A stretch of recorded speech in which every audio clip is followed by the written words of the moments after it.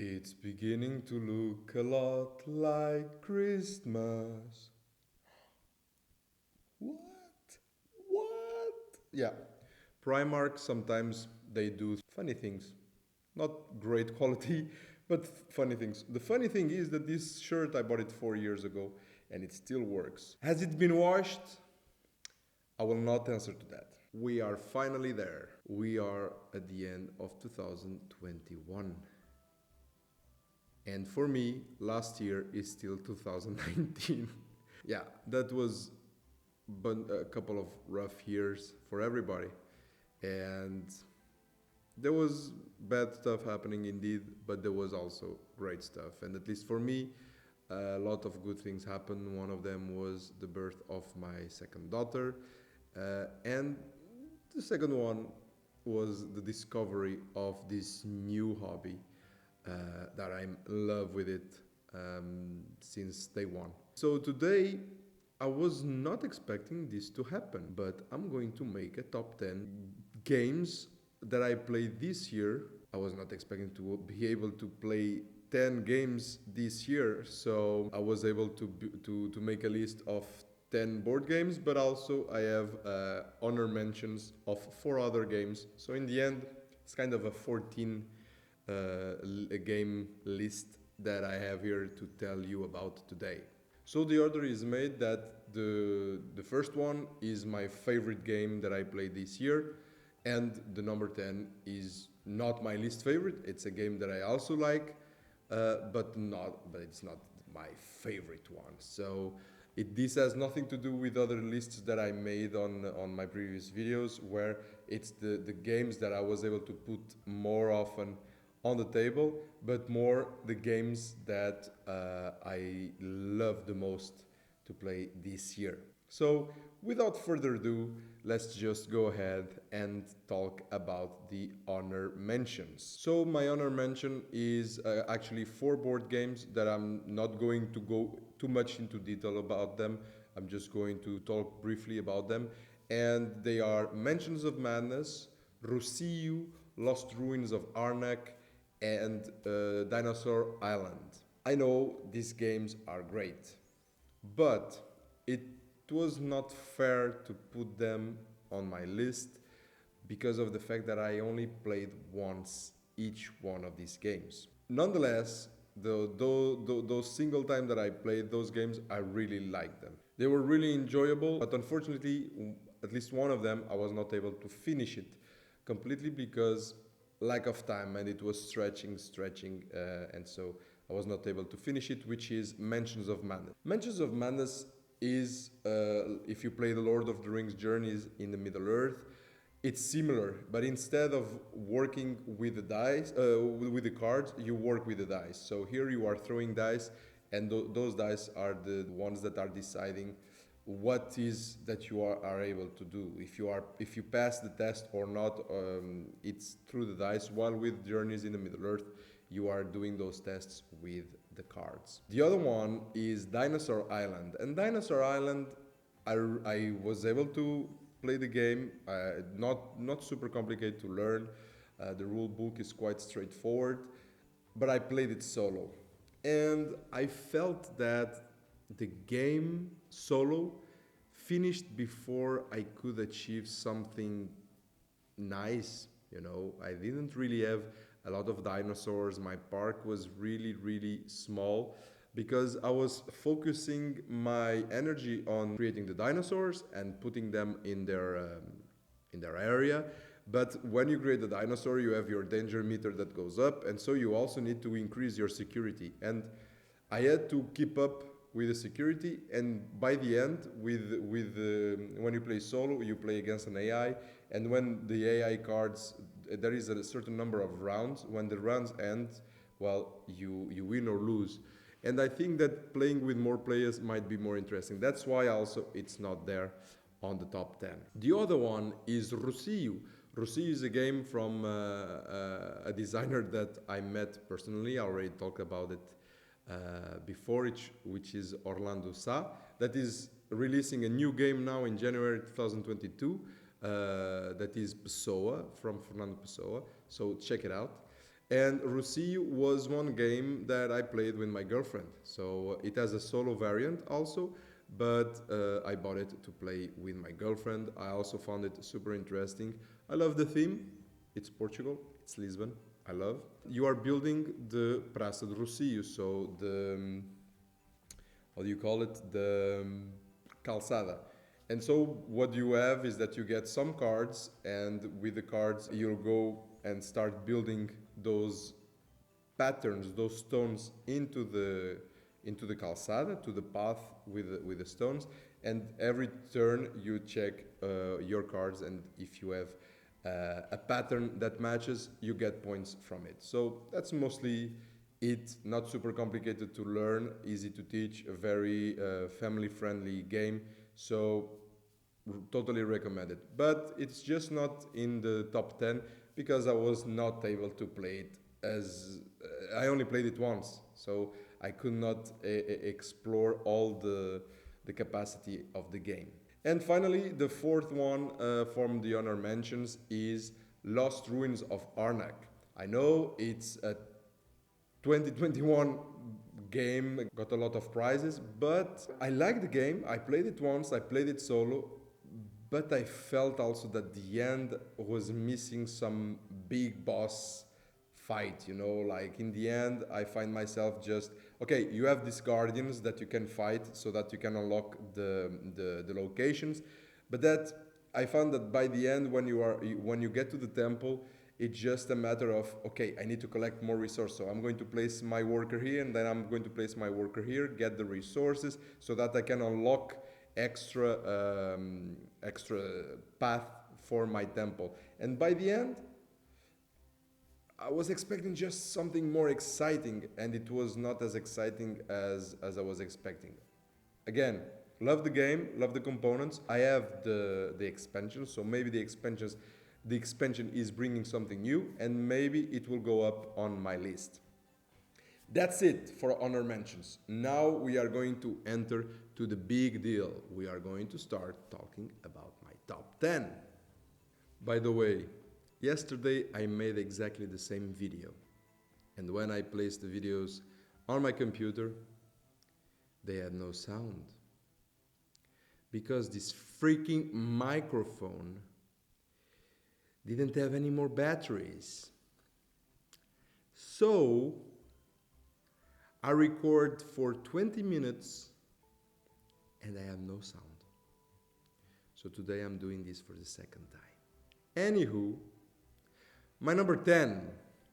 So my number 10 is a game that I bought to play with my daughter. I bought it with the intention of testing her patience, because she is not, and testing also her capacity to control her hands when she's placing something. So it's a game that you need to be focused a little bit as a child to do everything properly. And this is actually like the House of Cards game. You just need to build kind of a building out of cards, and this is a Rhino Hero battle. And so this game is a lot of fun.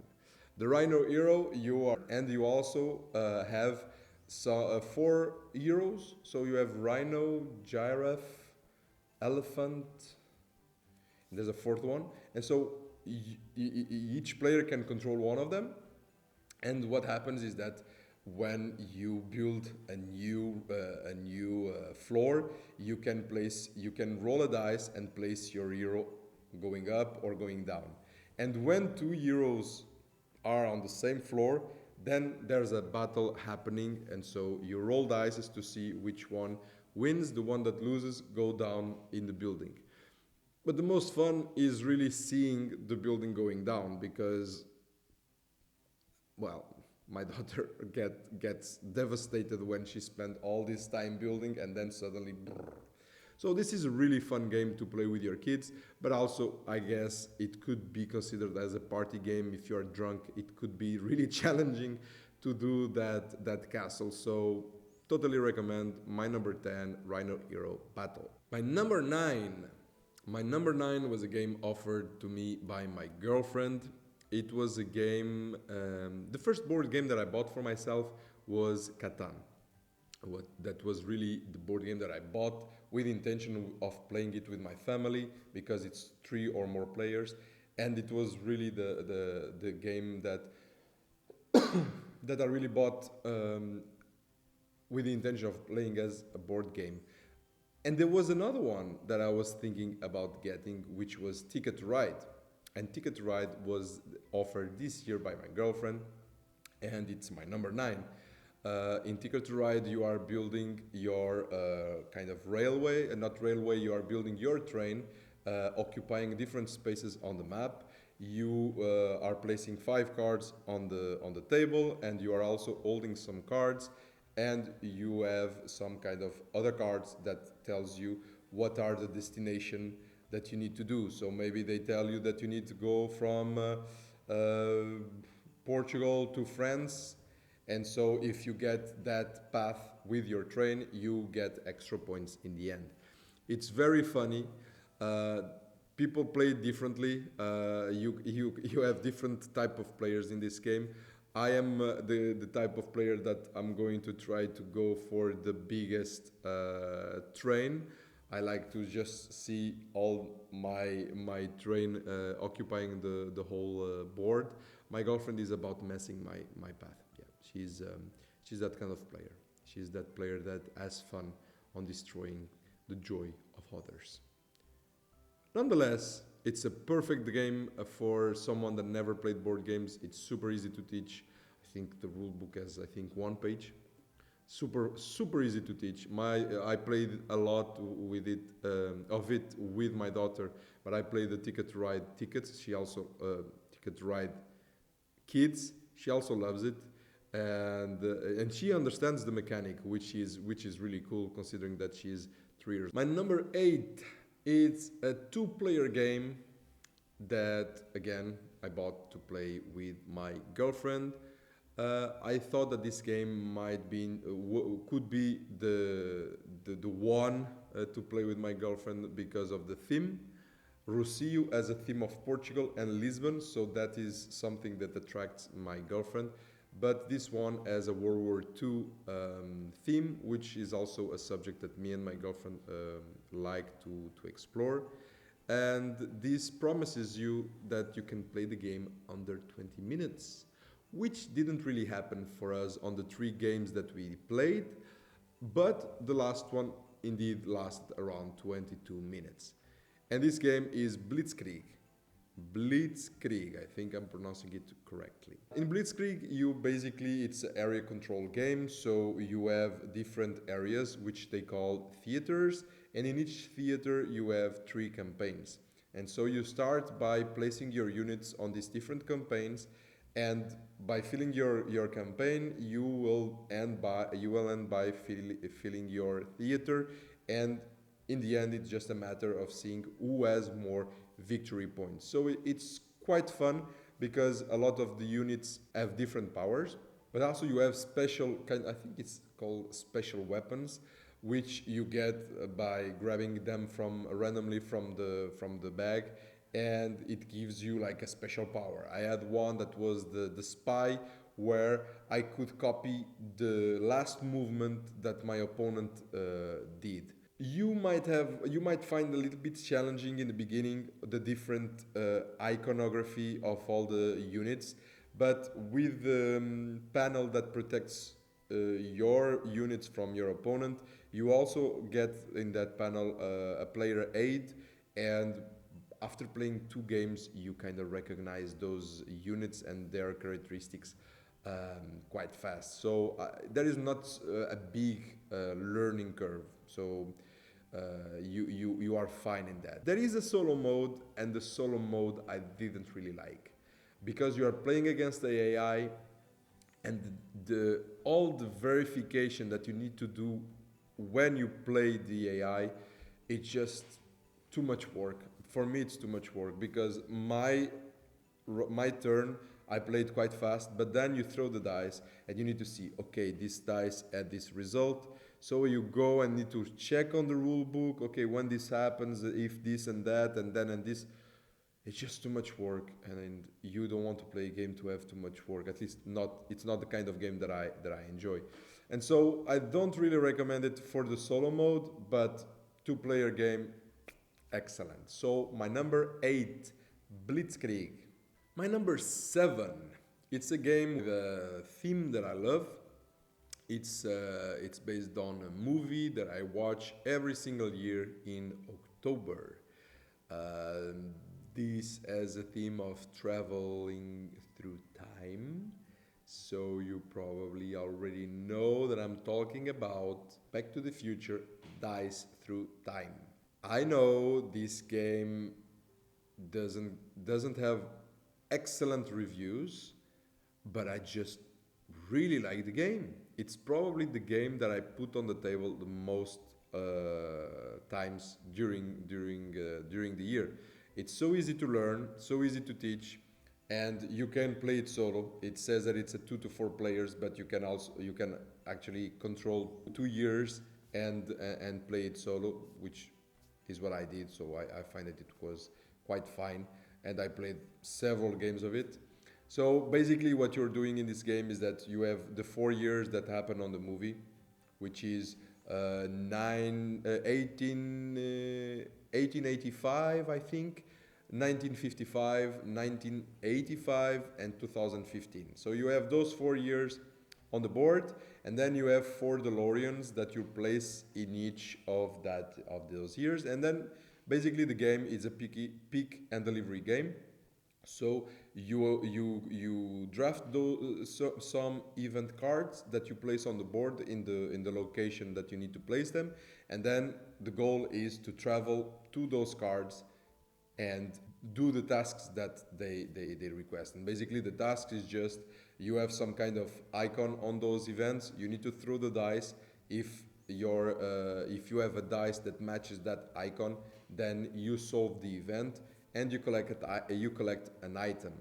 Once you collect the item, you need to deliver that item to the proper year and to the proper location. And so that is the whole point of the game. And once you bring the item to the appropriate year, you get to control the time to the end of the game. So there is a timer that each turn advances 1, and if you get to the end of that timer and you didn't deliver all the items, you lose. So that is the mechanic about this game. Super simple, super easy to teach. The only flaw I could point to this game is about the events. The events become quite repetitive after a while. I think they could have improved the game if, for example, for a certain location in a certain year, even if the event has the same name, maybe the artwork could be different. Because here you can have 3 cards with the same event and they all look the same. And I find pity that they didn't take advantage of having more art on the cards, because it looks nice. It's a clean game. The components are fine. The game is not expensive at all.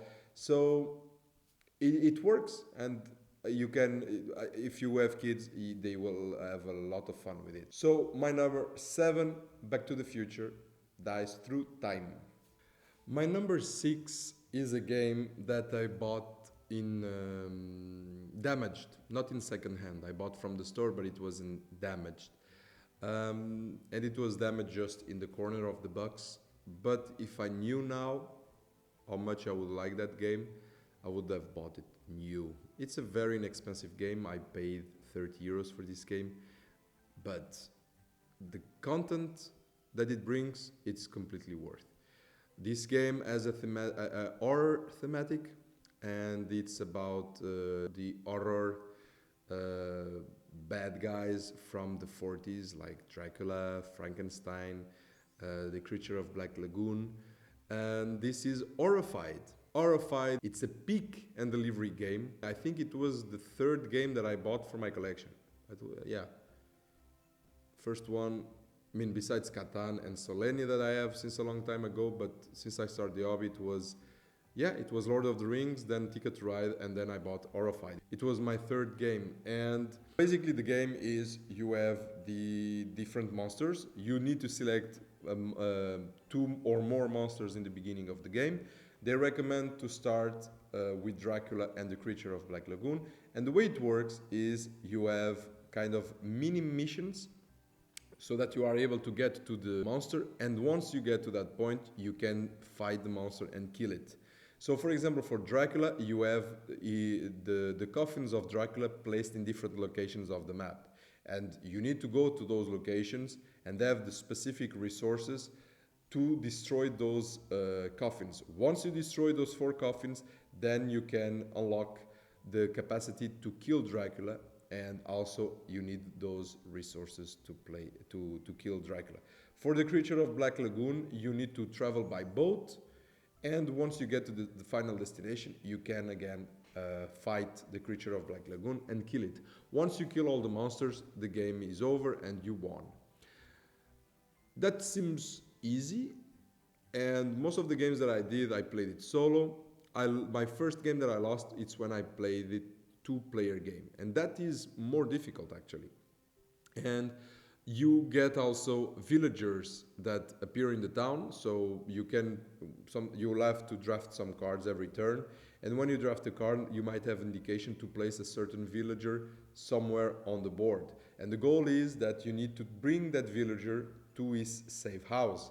Once you bring him to the safe house, you can draft another card for you, where you might have some special ability or characteristic that gives you advantage over the monster. But basically it's that. You need to avoid the villagers to die to be killed by the monster, and you need to kill the monsters before you run out of time and the fear meter achieves its end. So I would not be scared to play this with the kids, because this has no graphic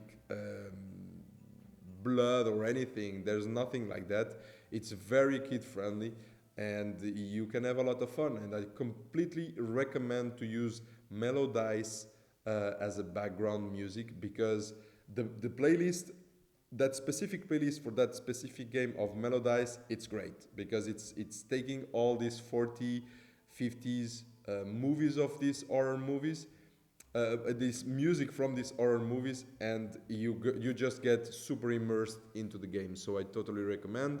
My number 6, Horrified. Okay, we start now with the big boys. Yeah, we are going for the number 5 now. Now we are talking real. My number 5, it's a game that I might get some hate because of this, but it's in this position just because I'm still reading the freaking rule book. I still am figuring out how the battle works. But I did the first scenario. And this game was just, when I unboxed it, it was just amazing. I mean, the components, the box brings its own insert. The components just fit perfectly in the box. And I have even my cards, the cards from the game are sleeved, and so everything fits. And that, for someone like me that hate games that come with a lot of components and they just are there, thrown on the box, this is already worth my money. It's expensive, but I mean, when you unbox that game, you know that, okay, part of my money was worth it. I like the game because it's a fantasy game, it's exploration game, and you have mages on that game, and you have knights, and you have mages, and you have knights, and you have mage knights. I'm sorry, I was trying to make a joke. It's Mage Knight, my number 5. And I believe that this game, the more I dig through the rule book and the more I learn about the game, it will go up. I'm sure of it. It's just that it's a huge game to place on the table.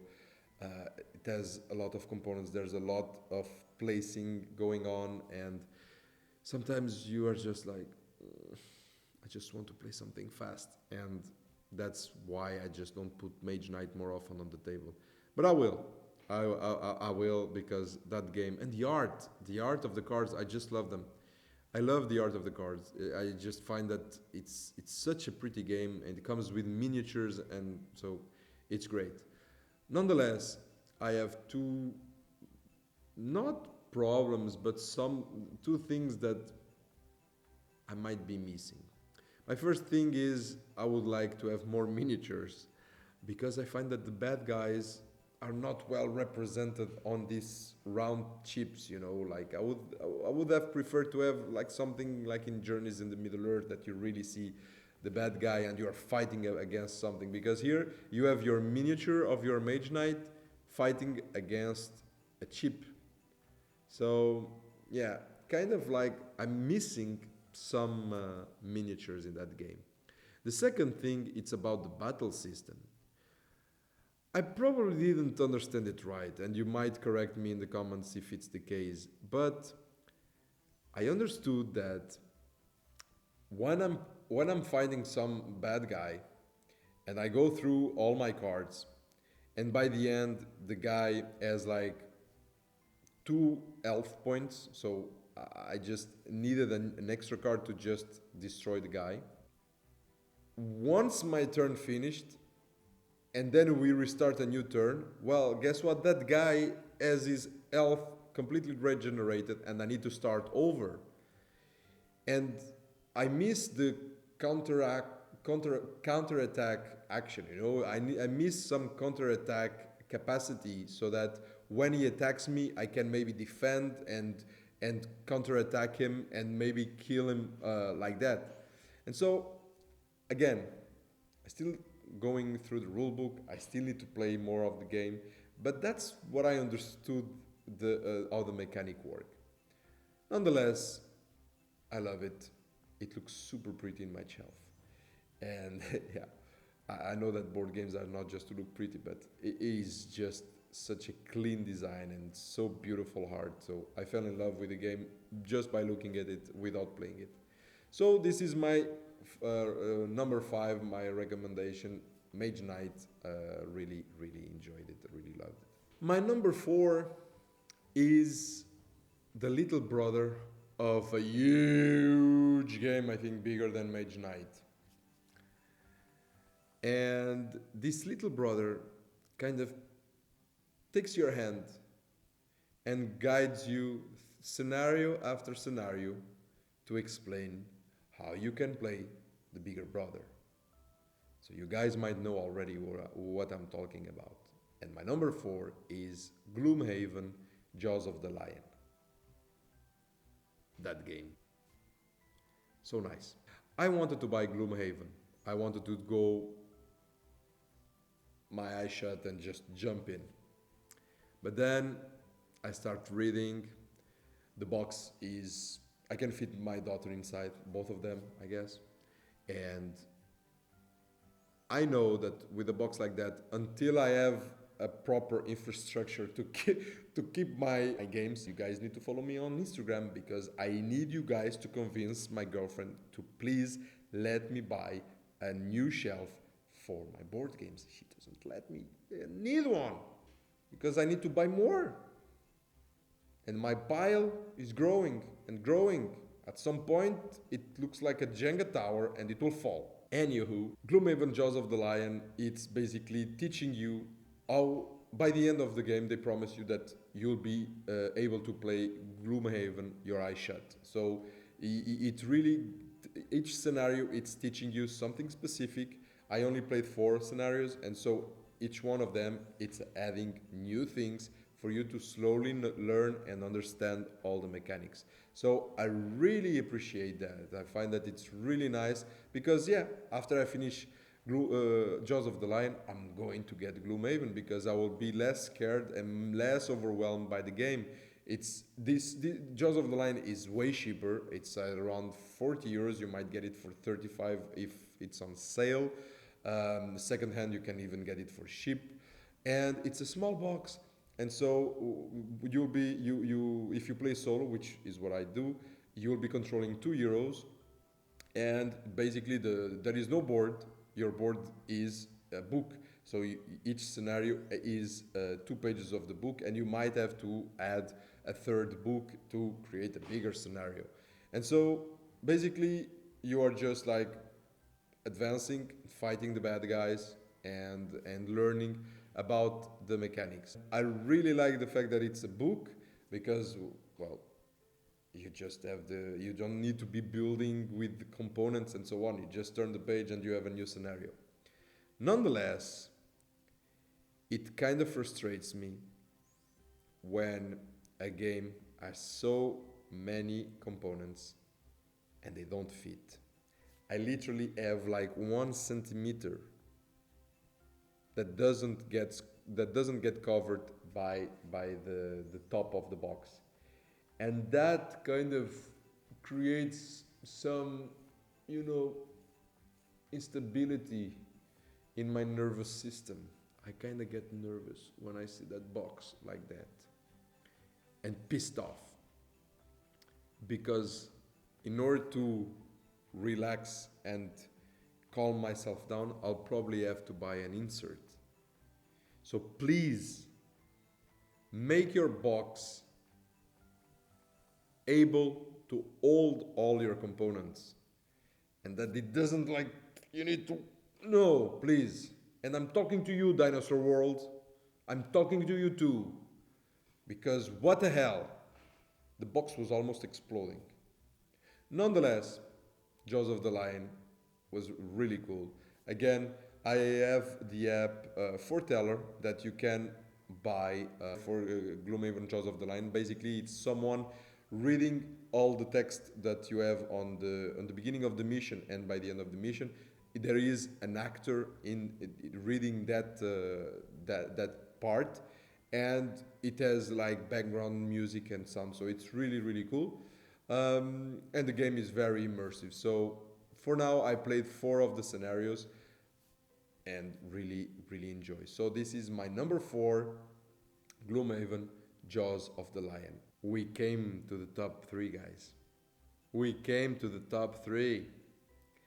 And my number 3 and my number 2 were like fighting each other to which one is going to take that place. And they often go from the top 2 to the top 3, change in between. It's only these 2 games that really vary. Today my number 3 is this one, but tomorrow this one might be my number 2, and it changes constantly. But this game, again, it's not a game that I thought I would be interested, because it's not the theme that I love the most. But when actually this game convinced me by the playthrough videos that I watched. It was not about the art or anything, because it's quite black, but it was really the playthroughs and when I watched how to set up the game and everything behind that, I find it really interesting. And this game is a game from Awakened Realms, and it's Nemesis. In Nemesis, you are controlling some crew members, so you have a crew, and they wake up from their cryo sleep, and they have amnesia. And so that is excellent, because that's the reason that why they don't remember where everything is. You are going through, when you advance through the game, you are revealing these locations by flipping the tile. And so that is why, because they don't remember where those locations are on the ship. So I found it really cool. And every time you move your hero one location, you need to roll a dice for noise. And more often than not, you get punished, because you get an intruder, which is an alien. They call it intruder, but for me it's an alien. I always refer to it as an alien.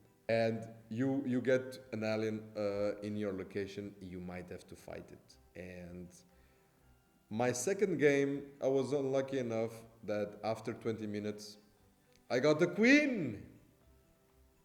And I was playing solo with 1 hero only. She ripped me apart. No problem. Like, I was killed in no time. So It can last 20 minutes, but it can also last 4 hours, which is my best game. And it took 4 hours because I'm quite slow at reading rule books. So I was kind of like reading the rule book and moving around. And it was a Friday night after a week of work without sleeping. I was very tired. So that's why it took 4 hours. I think you can do this game in less than 2 hours. But it was great because I got the queen. One of the goals that I had to, one of the achievements that I had to do during the mission was to destroy the ship and to kill the queen. And it was great because I was able to reproduce the end of Alien 2 in my game because I brought the queen into a certain location and one of my heroes was in the control room. That hero closed the doors, opened the, I don't know what you call it, the shaft or whatever, and bye bye queen, she went through the space. So that was really, really cool, and I was like, this is freaking awesome. So this is fun solo, I guarantee you, but this is probably even more fun with more players because you are not always working cooperatively. You might have as a personal goal to not to destroy directly your colleagues, but you need to do something that is going to kill one of them, and so you need to make a choice. And so that might be funnier when you play with other players because alone you are always going to play with your characters cooperatively. So you don't have that part of the game, but loved it. Everything that they are going to produce for this game, I'm going to get it.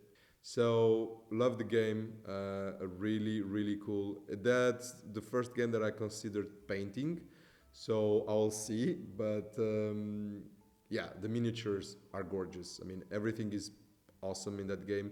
The components are neat. Really, it's not that difficult to place on the table. Everything is once you do it, after you do it once, you already know where you need to place everything, so everything goes quite fast and smooth. So totally recommend. This is Nemesis, my number 3. Number 2 is my favorite thematic of all time. This is about the movie and books. The books I still need to finish them, but the movie I watch it every single year on Christmas. So I'm probably going to watch it in next week. And it's Lord of the Rings. And the game is Lord of the Rings Journeys in Middle-earth. This was, as I told you in previous video, this was the game that really showed me, okay, board games are not only Monopoly and Uno and all these other games. The board games have something else, you have, and you quickly become overwhelmed by all the experiences that you can get. But that was this game. This game introduced me to the hobby, and I love it for it. It will never go away. This game will always stay. Nostalgic reason. It will never leave my library. This is a game from Fantasy Flight. You can play from 1 to 4 players. And it's an app-assisted game. But for the ones that don't like apps on games, I don't really enjoy games where you need to scan a QR code. I find that it takes part of the experience of playing a board game, it takes it out. And so I play a board game to be not be in contact with the technology. I want to be doing something else than watching TV or play computer or whatever. I work every single day on my computer. I'm 8 hours a day in front of the computer. So when I'm playing a board game, I don't need to have my phone next to me. I think we are already attached too much to our phone. And so I don't need that my favorite thing also brings a phone and I need to be scanning.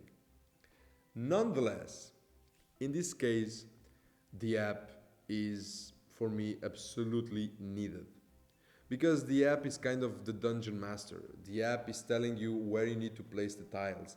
The app is telling you where you need to place the token, the exploration tokens, the enemies tokens, the people tokens. This is all planned by the app. And so without the app, I would have probably have someone playing that role, which will not be fun for that guy and might be boring for me, because I could not play this game alone. I would need someone to take that role. And this is done by the app. Of course, if tomorrow there is no more support on the app, well, you cannot play the game. It is what it is. But it's really helpful. And this is the same thing that happens with Mansion of Madness. It's also app assisted. And so in this case, I'm fine with the app. I don't mind it at all, because the game would be just boring for me if it didn't have the app. Basically, what we're going to do, you are choosing heroes. So I play it solo, so I choose 2 heroes. I got Aragorn and Gimli, and you select the roles, and you are going through these different adventures. And it's a campaign game, so if every session that you have, it's an adventure.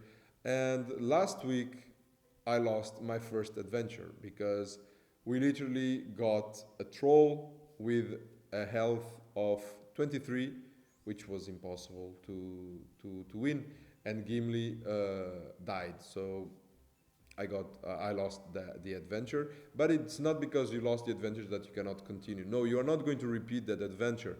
You lost, but you can continue, and you might have a different path than what you would have if you had won. So doesn't really change you losing the adventure. Nothing really bad happens, at least up until now. And so the app is basically telling you where you need to place the tiles on the map, and you are going to move on the map and fighting enemies. You can play you can play 2 actions per turn, so you can move, you can fight, and you can explore. And that's basically it. And also the app has background music and background noise, so really immersive. So I really recommend this game. I love this game, not only because of the theme, but if you love the theme of Lord of the Rings, this game, you can go ahead and get it without a doubt. Nonetheless, it's important to note that this game has nothing to do with the movies. Even the artwork, which is great, it has the heroes have nothing to do with the actors on the movie. They are based on the book, but still, with the base game, you get Aragorn, you get Gimli, you get Legolas, you get Bilbo. I think you get Arwen, not sure, and then you get others that I never heard of. But they have 2 other expansions, 4 actually. 2 smaller expansions. The smaller expansion is just enemies miniatures, which I have to say the miniatures are great in this game too. For me, I loved it. But you have also 2 bigger expansions, and one of them, which I'm going to get it, no questions asked. I don't even know what is the campaign about, but Gandalf is in there, and I need to get Gandalf. I want to play with Gandalf, and Gandalf is just my favorite character of all time, and I want it. I don't care about anything else. I just want Gandalf. If Gandalf was sold separately, I would pay for it. I don't care. But this is just fanboy talking. So this is my number 2, Lord of the Rings: Journeys in the Middle-earth. And finally, we got there. We are on the number 1. And this game, guys, this game, when I heard for the first time about this game, and I watched a lot of reviews from Shut Up and Sit Down, Dice Tower, Board Game Co., I was like, are you guys blind? Because this artwork is ugly. I mean, I didn't really find the artwork attractive. It was not the thing that attracted me at all at first sight. And after you are playing with poker chips, And I'm like, huh? There's no miniatures, there's nothing. What are you guys talking about? But then they released last month a new Game Found campaign that got 4 million. 4 million. I'm like, I mean, to get 4 million, it must be a great game, right?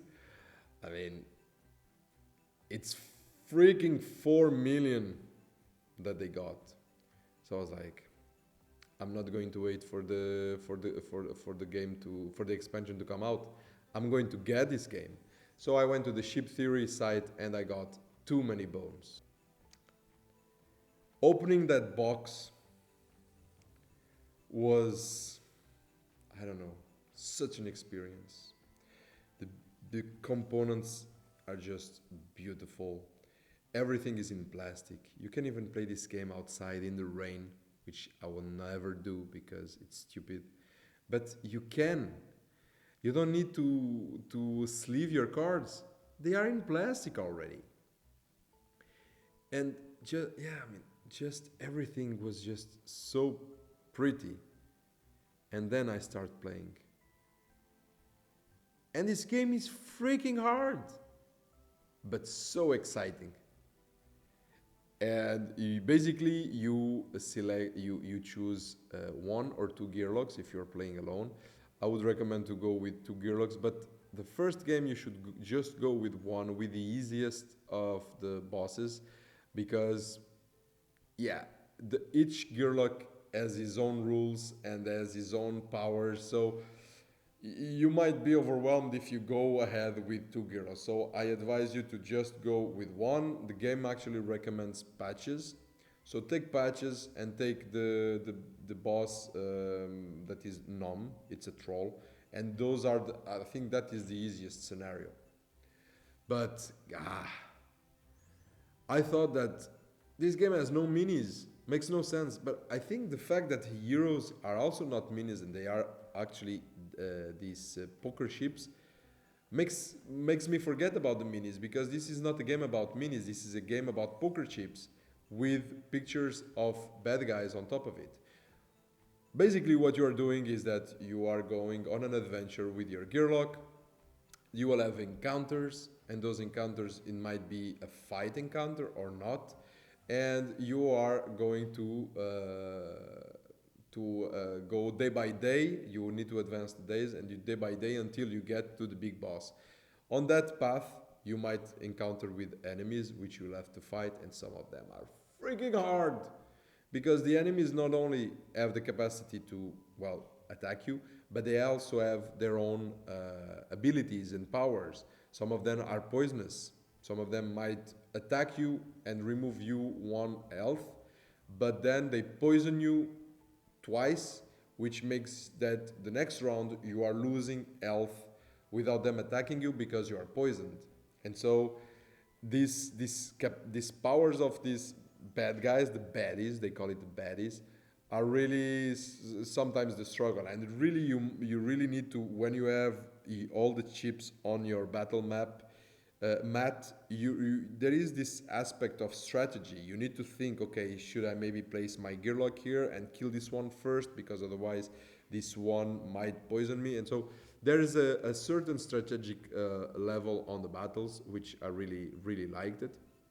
And by the end, when you get to the end battle with a big boss, that one also has his own speciality, his own special attacks and own powers and so on. So it can be really difficult. I know that Nom, he hits you with I don't know what he is. He has a stick and he hits you, and you need to, every time he hits you, you go away two spaces, and it's really annoying because every time you advance a space, you lose dexterity, which allows you, the more dexterity you have, the more dices you can throw. And that leads me to the next aspect of this game that I love, which are the dices. I really like the dices, because here you throw an attack dice, and you might either get the attack symbol and attack your opponent, or you might get bones. And the bones are kind of the miss. You didn't attack your opponent, but the bones work as a charge. You know, like in games like Devil May Cry or God of War, where you need to charge yourself so that you can unlock the special power and just destroy all the enemies. Here it's similar. You need to collect bones so that you are able to charge your special power meters, and you can use them and unlock new capacities and help you fighting your opponent. And so that's basically it. In the beginning, you select your gearlocks, you select which big boss you want to fight in the end. Each boss has its own chip, its own dice, and the indication of which type of enemies you will be fighting on this adventure, and how many days and how many victory points you need to have. So how many victory points you need to have to be able to challenge that bad guy, and how many days you need to avoid passing off, and in how many days you need to kill that bad guy, because if you go over those number of days, you lose the adventure. So I'm in love with this game. I literally think about this game a lot of times during the day. It's just such a great experience. And the other day I lost a game, and I had only one enemy left in the board. He had only one health chip, and I had also only one health chip. And I was going to be the first to attack, so I could kill him next. The problem is I was poisoned, and I had a poison of 1 on top of my chip. So when I went to the next turn, I literally got killed by the poison, and so I lost. And I was pissed off because I spent like 1 hour and a half playing that game, and in the end I lost. But 10 minutes after, I just want to play a game. I just want to play it again.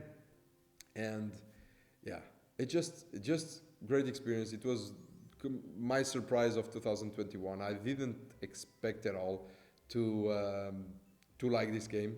The art was not something that I was excited about, but once you put your hands on it and once you start playing it, just by talking about it right now, I just want to go get the box and put it and play it, because I had really good experience with this game this year.